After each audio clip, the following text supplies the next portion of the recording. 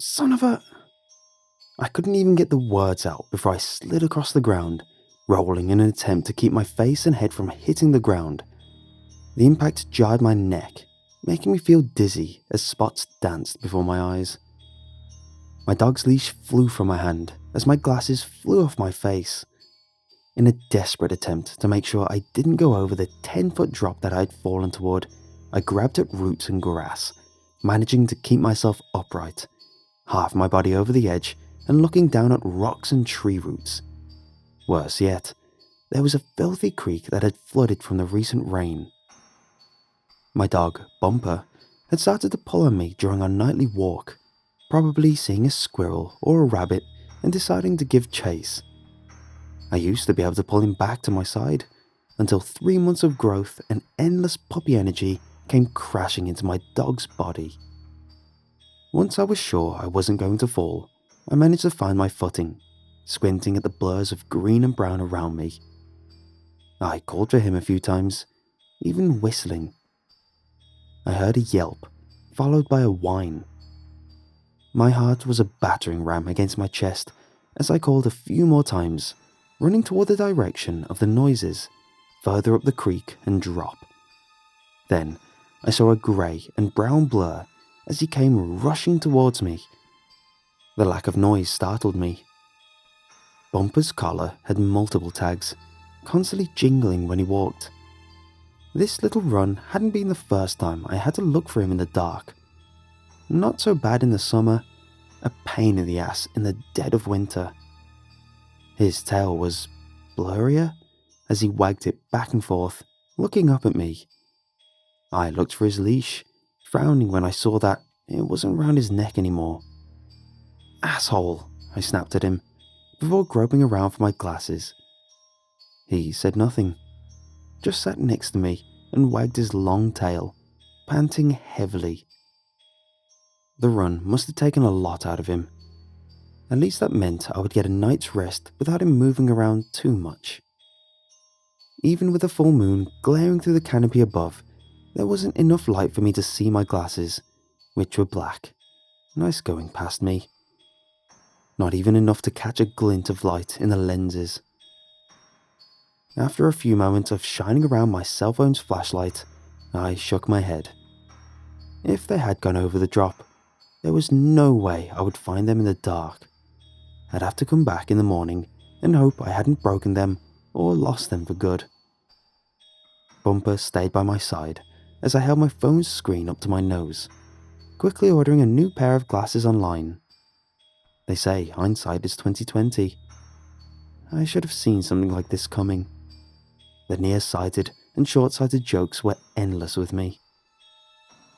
When we got back to my old apartment, I noticed Bumper had stayed at the bottom of the steps, staring up at the door frames with a quizzical look. His head was tilting side to side, his tail no longer wagging, just staying between his legs. "Come on!" I reached down and grabbed him by the scruff of his neck. His fur pushed against my tore-open skin, making me wince. I pulled him up a couple of steps before I let go of him and looked at my hand, seeing it was covered with dirt. I shot him a dirty look. I'd scraped my palms when I fell, so I had reopened the wounds when I grabbed him, and my hands smeared with blood. "You rolled around in the dirt too." My hand shook with anger as I inhaled sharply. I was in no mood to give him a bath that night. He also reeked now that I was close enough to smell him. God, what had he chased after? A skunk and a pig wrestling in a pile of corpses? So I went inside, waiting for him to follow me. He did so reluctantly, giving my hands a rather vigorous, apologetic lick when he did so. I winced as his teeth scraped against the wound. Once he was inside, I shut and locked my door, taking care to turn the lock twice and check it against the chain. I kept to my phone, trying to do a quick reorder of what the tumble had cost me, and had to make sure I had spares if something like this should happen again. A couple more clicks and I had ordered him a new collar, leash and tags. After quickly cleaning myself up in the bathroom, I stared at my reflection for a few moments. The fall hadn't banged me up too bad, just a few scrapes and cuts that would take a week or two to heal. After washing my face in a quick shower, I went back to my bedroom just in time to see Bumper go under the bed. I hoped I hadn't scared him by yelling. I peered under the bed, the shadow making it impossible to see him under it. "You want to snuggle tonight?" No answer.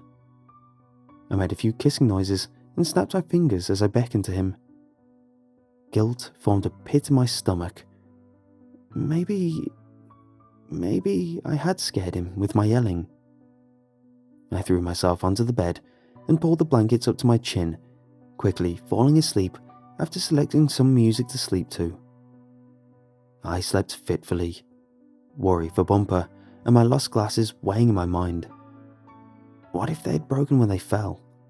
What if some creep had seen me feeling around for them and thought I was easy prey?